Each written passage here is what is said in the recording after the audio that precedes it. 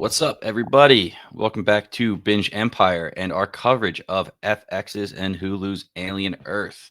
Today, we're talking about episode 4, Observation. Before we get down to the nitty gritty, just a reminder to everyone that if you end up liking what you hear, the best way to support us is to subscribe/follow us wherever you may find us. And if you want to go above and beyond, we really enjoy when people leave comments or ratings. That feedback is very valuable.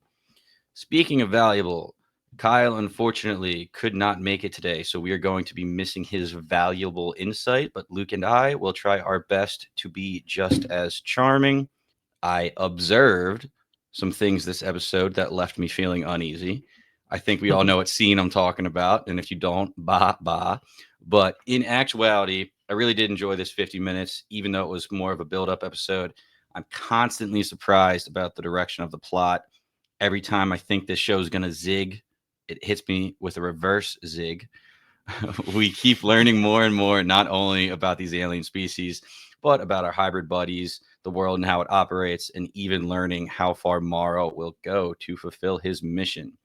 Even got a little more Ice Age in there, which I'm sure people loved. So, Luke, any thoughts before we dive in?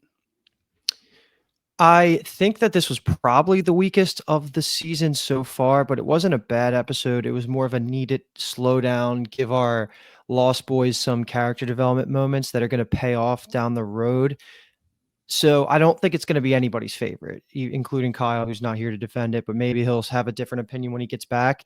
And I also want to say another, maybe you can call it a negative, is that I thought this was Boy Cavalier's weakest episode, but also we need to get to the point where we hate him and he's a true villain. So that's kind of the natural progression we're going to get with him anyway.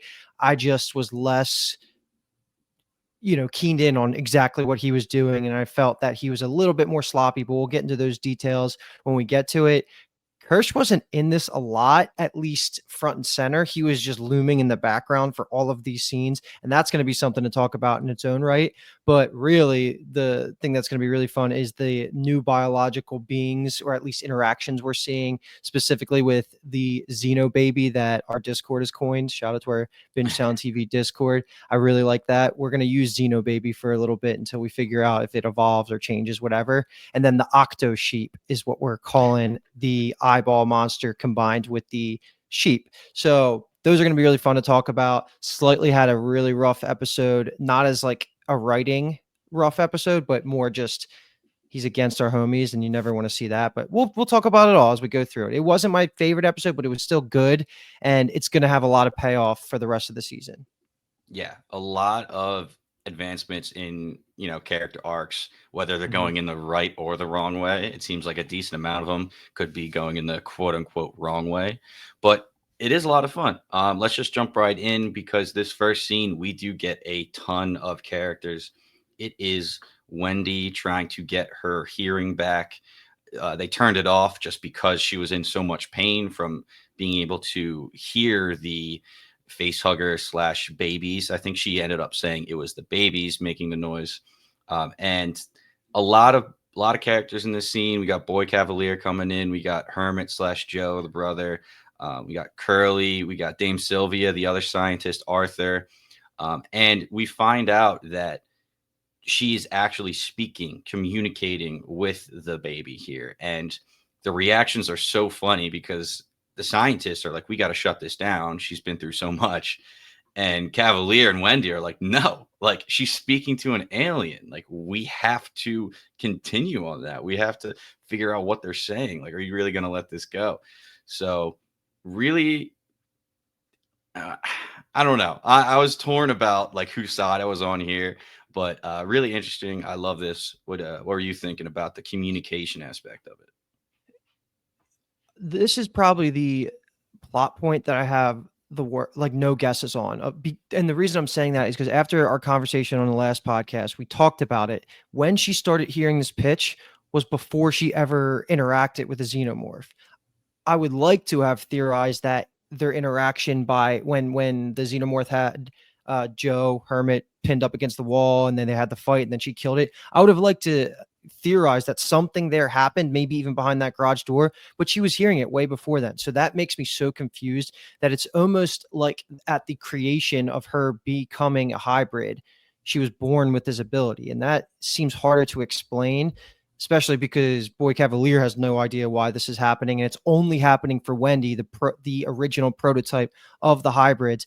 So I do feel like a bad podcaster because I have no guesses as to why she can understand the language, but it's taken it at face value. It's awesome that she got convinced by Boy Cavalier that all it is just frequency noises, so she can replicate it, and that's going to be super cool because there's going to be a full-on conversation between her and a xenomorph at one point. I think maybe not like words and sitting there reacting, but they're going to be communicating in some way. Maybe even the xeno baby will start listening or learning from her, and then they can talk from there. But it's a really cool plot point. I just feel so dumb at having no guesses as to why. Do you have any idea and what started this ability for her, just her, to be in tune with the pitch?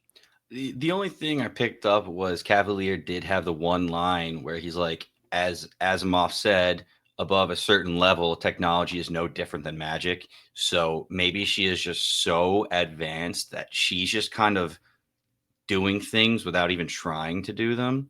And she doesn't even comprehend what she's doing. Just the example he gave was like when you rewrote that code for that robot, like, did you mean to rewrite the code or were you just like imposing your will on it? So maybe she's just so high tech and advanced that she was able to start deciphering alien languages in her own brain somehow. So Which, then let me ask you, does that mean that because she's the oldest and been around the longest, she's had the most time to evolve and all of the other Lost Boys will get this ability? Or is she truly just special, one of one? see, I don't know there too, because they had the classic line where it was like, Curly, can you hear that? And she's like, maybe. Like, such a Yeah, kid. yeah, yeah. Loved it. That was Hmm. so good. And so it seems like Wendy is special for Hmm. whatever reason. And is it because she's the first, the prototype? Whatever happened with that transfer didn't exactly happen with the other human consciousness transfers. I really don't have a guess, but it feels like she is solely the special one when it comes to the hearing.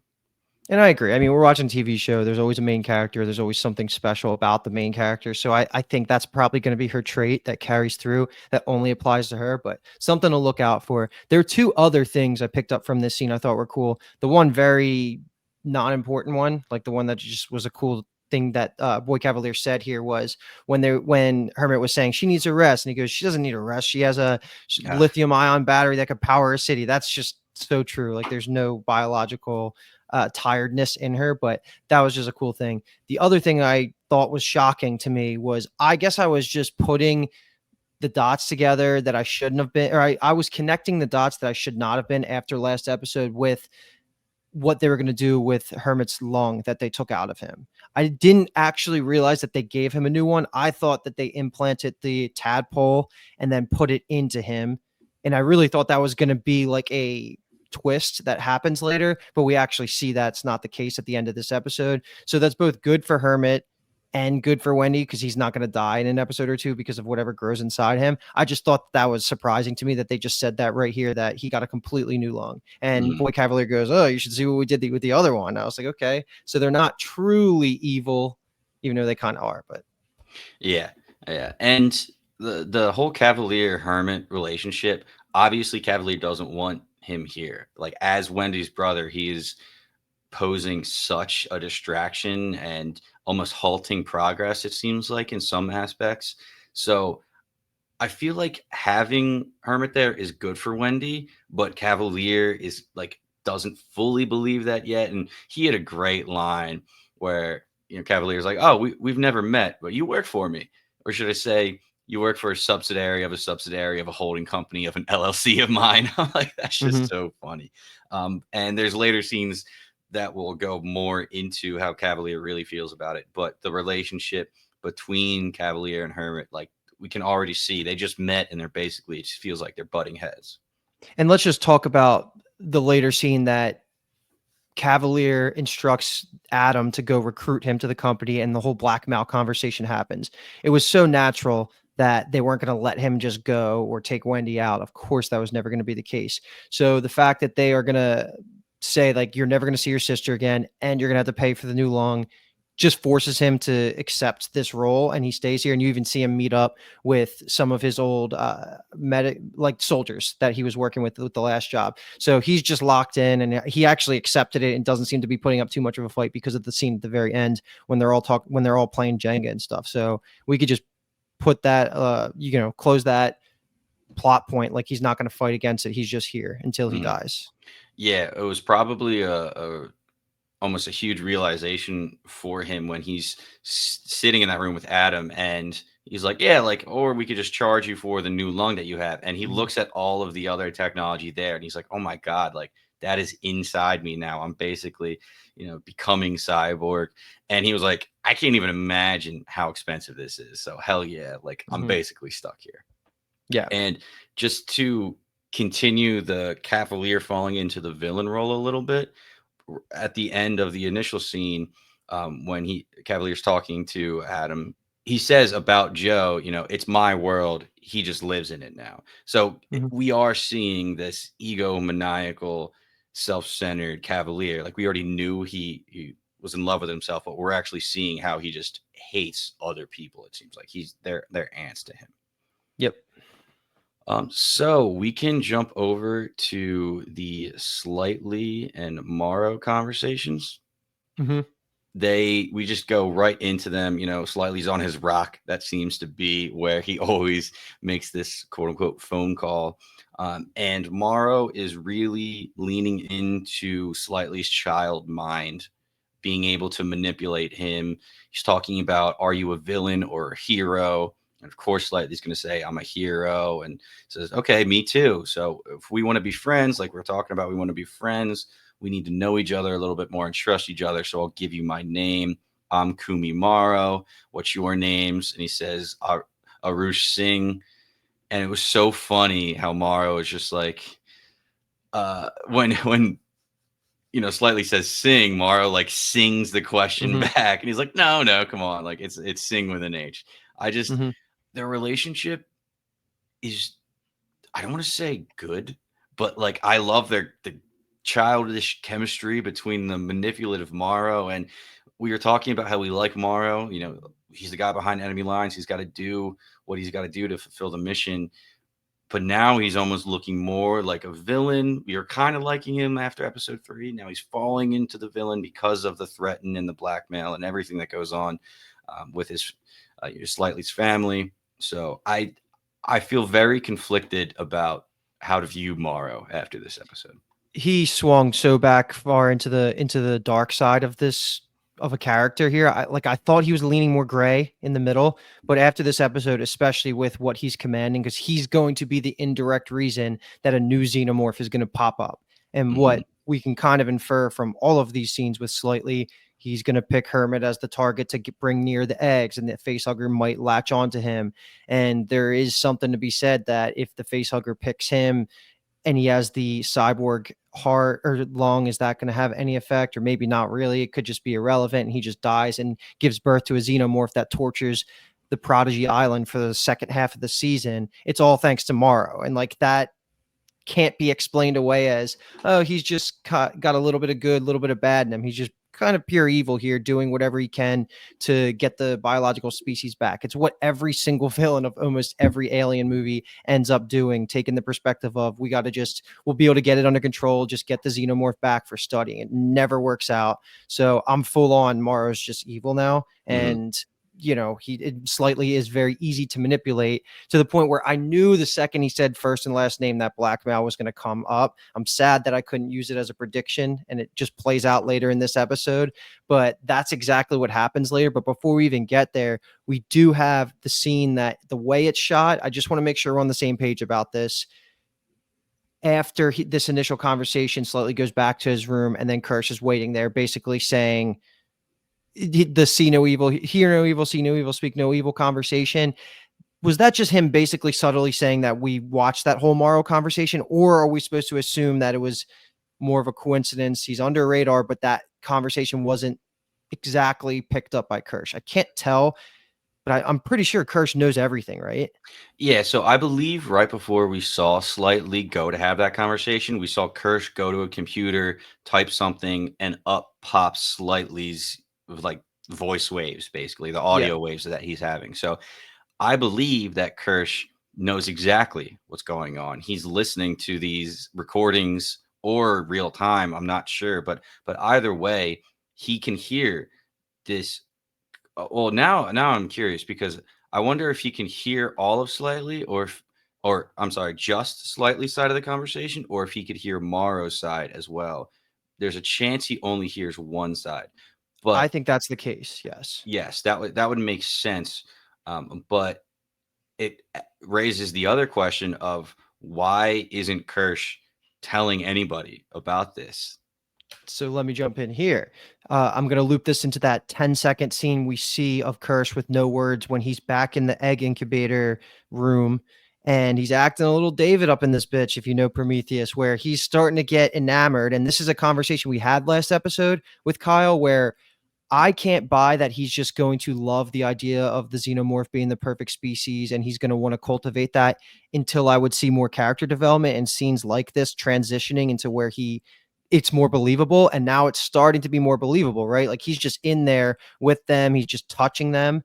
And if that's the case, and he's picking up or at least inferring what Slightly is trying to do here, which is going to be actually interacting with the eggs and potentially causing a new xenomorph. Maybe he's just ignoring Boy Cavalier because every time Boy Cavalier and Curse talks, Boy Cavalier's like talking down to him and like making him feel like shit almost and ignoring his advice. So what if his thought is now that the way to have more interactions with the xenomorphs is to let Slightly get away with this. So he is marking it all down, he's monitoring it, but he's going to let it all happen because I think that could be the play and it would kind of fall in line because those moments like Kirsch is having is lending me to believe he's really like David or he's growing to be like David.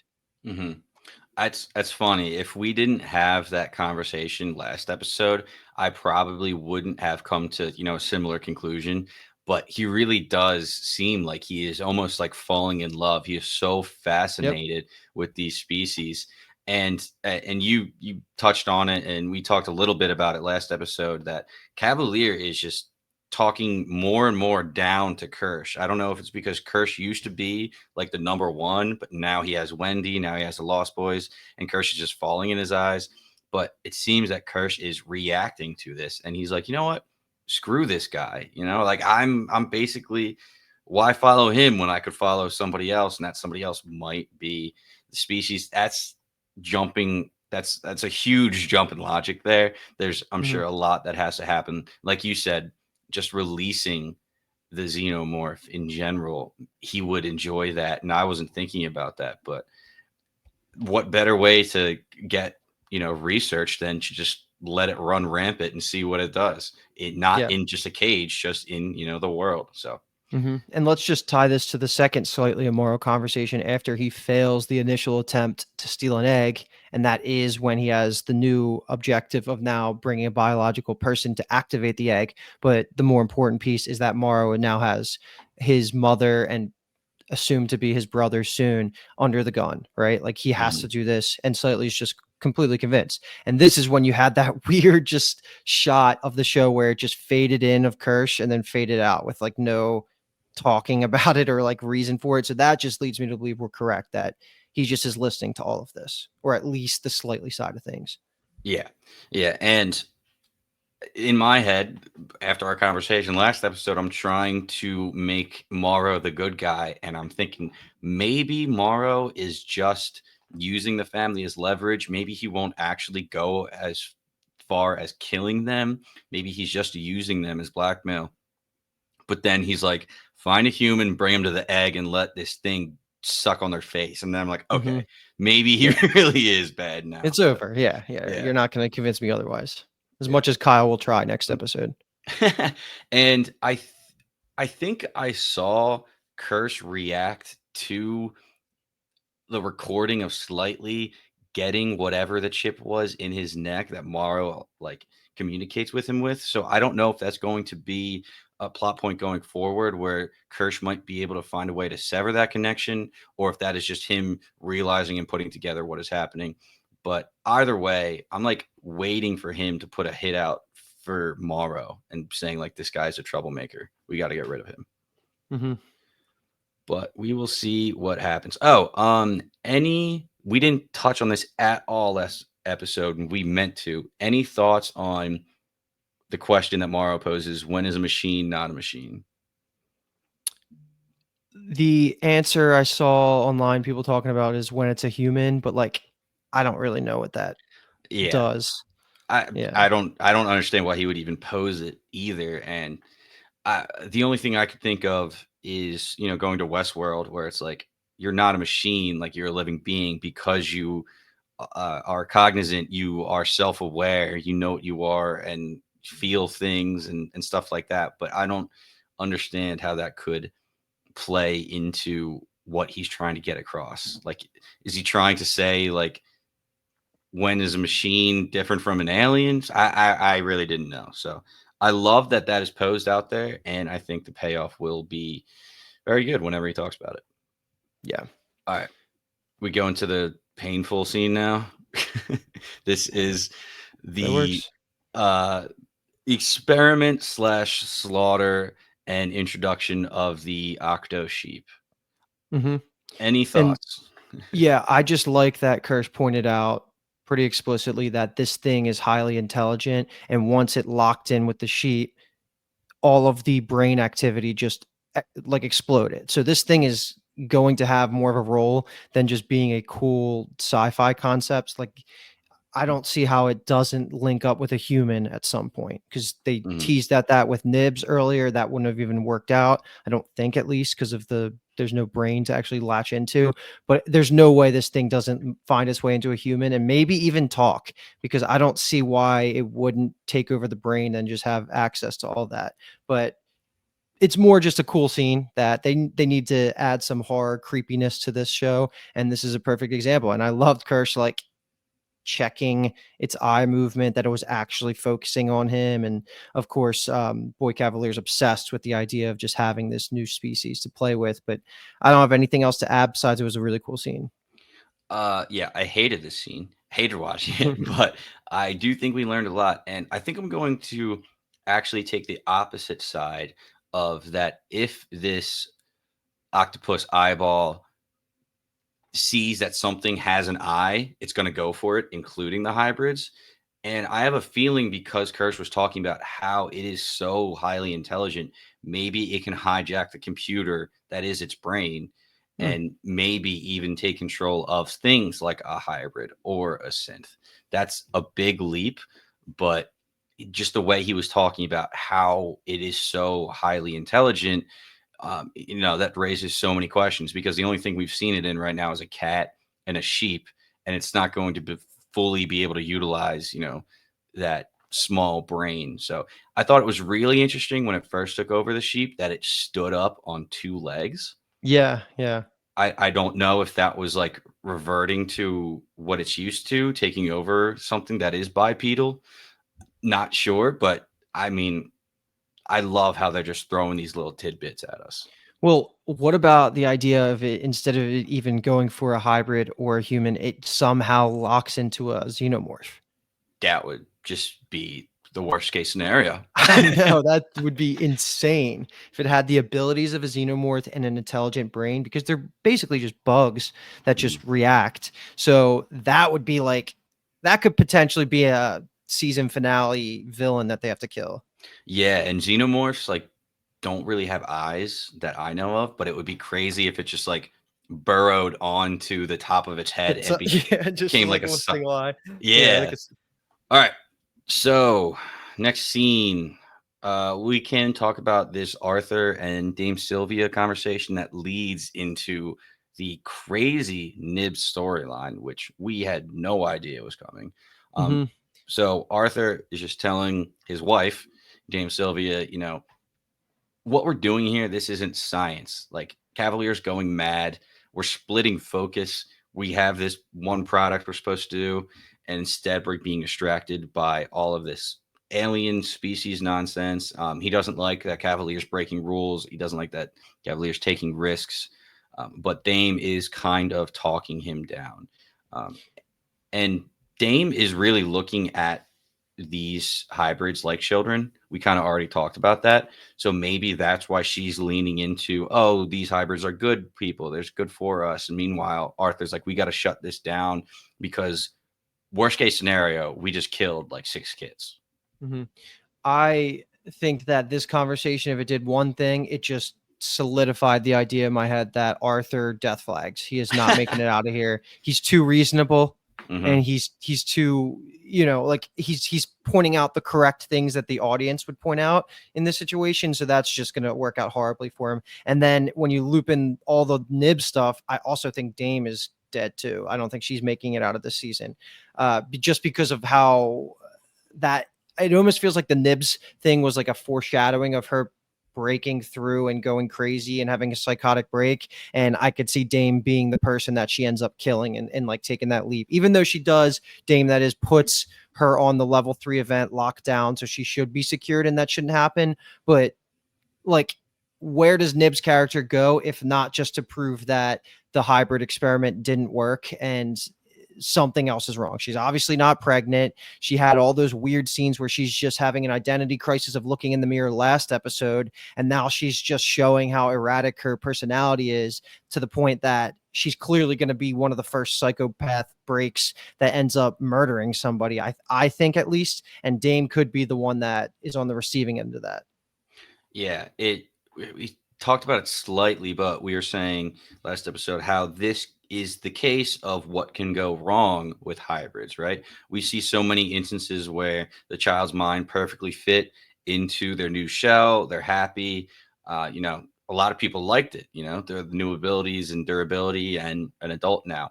But this is the almost like worst case scenario. You put a child's mind into this all powerful body and it goes a little haywire and not acting anywhere near where they thought they should, or like having a baby saying it was just so mind-blowing to me because I'm like, how does how does she Yeah. even come to that? How does she come to that decision? And then talking to Dame Sylvia, she's talking about a name. She's like, I've already named it. And she's holding like the stuffed animal, which props to the actor because that was incredible how she's able to have this conversation and still portray this crazy motherhood instinct with the stuffed animal and like Mm-hmm. trying to burp it as she's talking to Dame and everything like that. So I She's don't know. creeping me out, man. Nibs is wild. I didn't get this at all last episode when she was having identity crisis. I didn't think this was going to lead to, oh,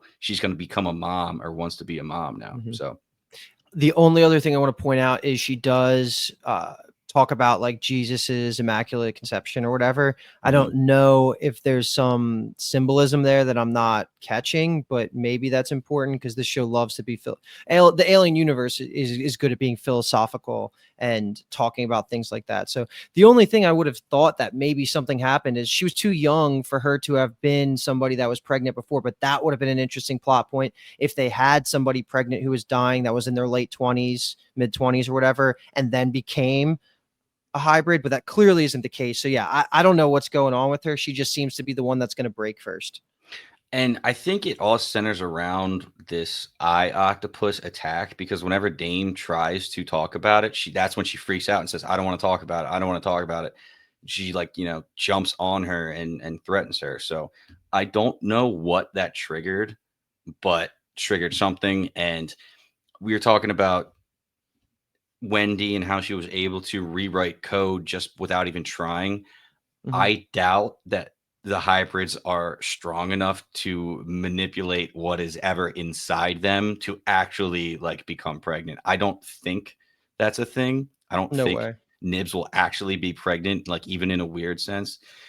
So I don't know what's going to happen with her. I think she could just go AWOL and then just become a threat. And then Mm-hmm. maybe that leads to, the species on the loose too. And now they got to worry about two things. But I love what they're doing with her character. For somebody that really wasn't in it for like episodes 1 and 2, besides the attack, she's definitely becoming more of like a big player. What's going to happen with her? Yeah. Mm-hmm. Right. So we already talked about Hermit and Adam. So we can go to Cavalier Wendy. really quick conversation. This is just Cavalier manipulating her. He doesn't like that her brother is here. He keeps saying like, if I was your brother, I would have found a way. He doesn't really like you. He doesn't care. And she says, "Oh, I just got to send him away. He's going to be, you know, an issue." And finally, he says, "I'll tell you what. If you help me figure out what the aliens are saying, I'll let you keep him." But the minute he becomes a distraction, doesn't even finish when he's like, "He won't, I promise." And then they Mhm. pinky promise. Yeah, it was just him putting a rift between them and then using it for his own advantage to where they have this deal now where she's going to act as like a translator, I think, between the aliens and Boy Cavalier, which is cool. There was also a slight glimpse into more of his background and his turmoil with his parents. Specifically, I think his mother was the one he had the extra jab on when he was just talking about family. But there's this whole overlying themes about Peter Pan that I'm Mhm. probably just too dumb to catch, besides the obvious of the Lost Boys. Like, he keeps trying to connect it to the crocodile you're hearing, the ticking. Like, there's all this symbolism. I'm sure there'll be a ton of write-ups out there from people that are smarter than us, and maybe it'll all click towards the end. It's just about him rejecting like adulthood and trying to stay young, and there's probably so many things to it, but it gets reinforced in this scene. So that's just going to be a common motif that's always related to Boy Cavalier. He was literally quoting it this episode in one of the scenes. It might have even been right before this scene, but overall, yeah, Wendy is locked in. She doesn't care about anything but keeping her brother around, so she's going to roll over and be his just servant for now. Mhm. I loved the connection where Cavalier was. You already said it. Oh my God, you fought the crocodile, and now you can hear the tick of the clock. That's awesome.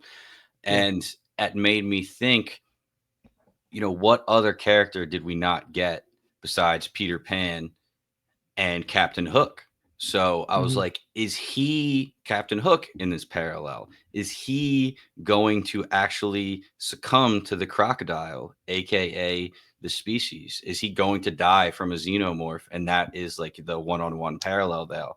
Parallel there. So he thinks he's Peter Pan, but he actually is Captain Hook. Would Yeah. that then make like Kirsch Peter Pan? Like, that would be interesting. Or I Yeah. guess Hermit, like, I is was Hermit in some way? I don't know. that's what I was just gonna say, just Hermit, just because I feel like Hermit is the good of humanity. He is humanity's representative here. Hmm. Um, so I don't know, but I think me and you both love Cavalier as a character. So I would hate to see him go, but it seems to be that he's going to be a victim of his own ambition here. Yeah, definitely. So we got a quick scene of Isaac becoming Isaac. I actually forget his actual Lost Boy nickname. Toodles. Toodles, that's what it was.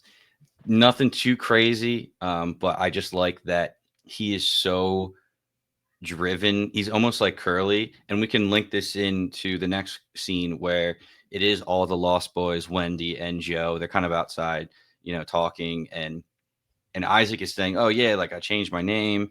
And Cavalier is able to give me all these chips where I can just download all this information. So I'm learning. I'm learning about zoology. I'm learning about biology, so I can help in the lab.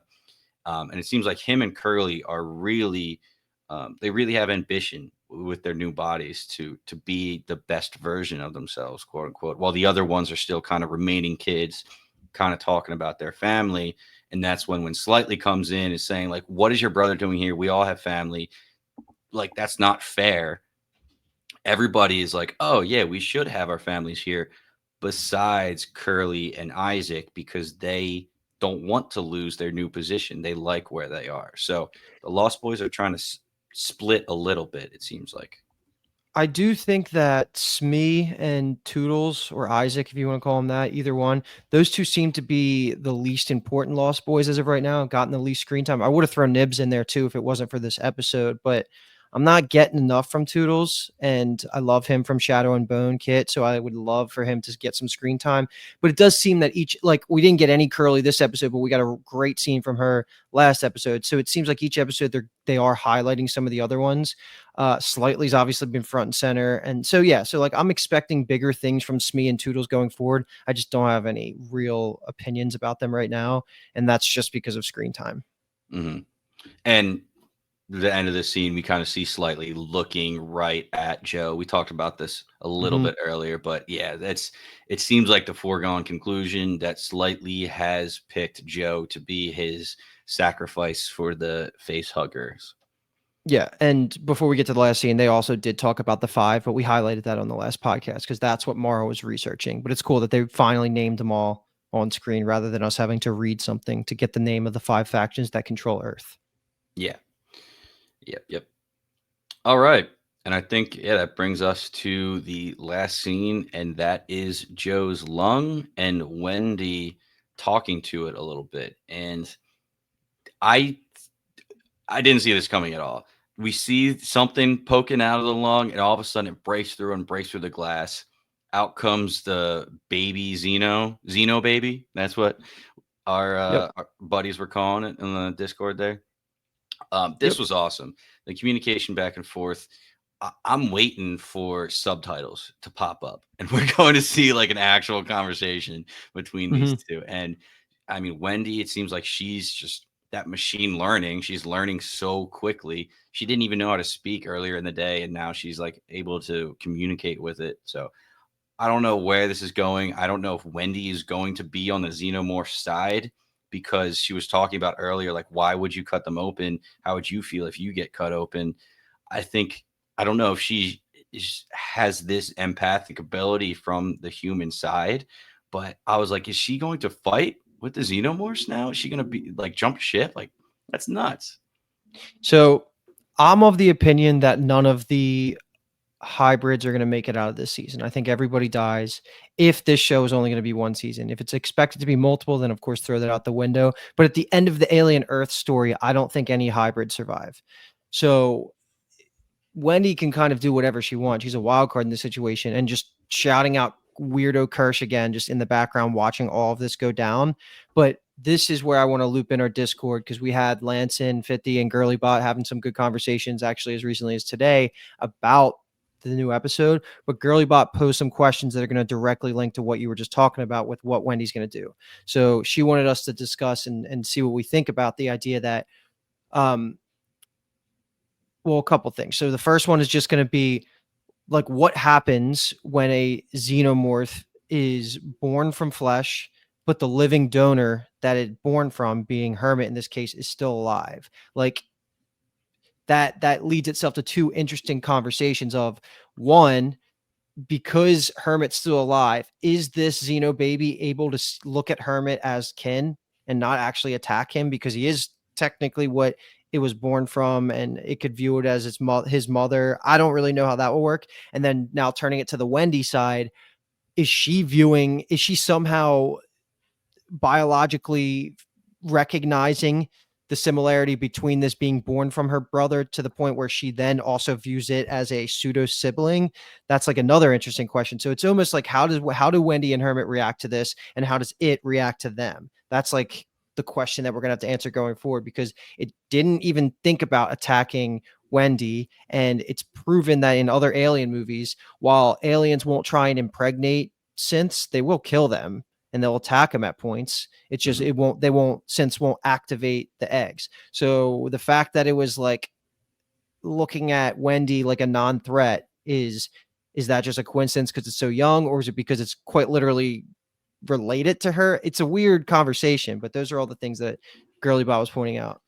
Yeah, and Wendy was also communicating with it while it was, still, in the womb, if you want to call the lung the womb where it grew and stuff like that. So is it almost like a motherly, familiar voice Yeah. that it is able to, draw itself to? But I didn't even think about the hermit aspect of it because I don't know exactly how it works, but with it being like a larva in the lung, I assume it took on some of Joe's DNA in growing. Yeah. So yeah, like you're saying, is it technically going to be like a third sibling now, or like a child? Is it going to be like the daughter of Joe or something? Which that would be. I mean, I would love that because Joe is. Hermit is what I'm most scared of. I want him to live. He is like I already said, the hope of humanity, it feels like. So if he has like a safeguard from one of the xenomorphs, I would love that. Or if he's like commanding it, I would love that. But it seems like Wendy is going to be the one that is actually going to be able to communicate with it, and whether or not she can command it is terrifying, right? Like Yeah. if that's just power that Cavalier would give up everything for, it seems like. And another thing that they were talking about too, which I just think if it's not going to go the way where we were predicting earlier with the eye monster and the octo sheep, what if there's a battle between octo sheep and xenobaby? They were having that conversation in the Discord too. That would just be a cool visual. If the eye isn't going to play a bigger part in the season and it's just meant to be a cool sci-fi thing, then it's got to be something like that. And I would love to see like the xenobaby fuck it up because it's just, I don't want that eye thing to get out. Essentially, it's just it's too powerful and too smart. Yeah. Yeah. For being like the smallest one, it really is insanely powerful. Mm-hmm. So Jane's addiction started playing. That's how we knew it was the end of the episode. Like we said, probably one of the slower ones of the season so far, but was a lot of information, a lot of build up. I have a feeling that episode 5 is going to just take off right from the get go. Um, Mm-hmm. a few things that we didn't get that I'm hoping we get soon. One of them being like the hanging species that was the flora slash fauna. I'm really Oh interested yeah. about what that will bring, and we haven't really seen it too much.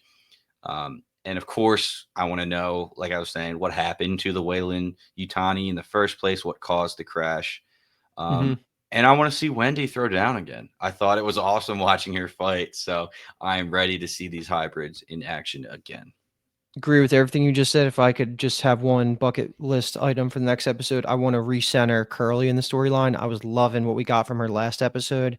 I think she's one of my favorite Lost Boys in terms of just potential. So I want her to realize that potential. Yeah, and you called last episode that Curly and Wendy would throw down at one point, so Hmm. that would be a ball to watch. But that is going to be it for us today. We appreciate you sticking with us until the end. And just a quick reminder that if you liked what you heard today, ratings and comments are always greatly appreciated. Another quick reminder that Binge Empire is a part of the Binge Down TV network. So if you enjoy what we do here and you find yourself wanting more, go check out our other feeds, The Core, covering all things Apple TV. We are deep into Foundation season 3, and of course, covered some of the greats like Severance season 2, The Studio, Your Friends and Neighbors, Murderbot, and plenty more to come on the horizon. We also have the Unreal podcast where we covered shows like Survivor 50 and The Traders. And the final piece of our network is the Final Form podcast, where we cover anime and animated shows like Invincible, Solo Leveling, Demon Slayer, and much more. Once again, we are Binge Empire, and thank you so much for listening.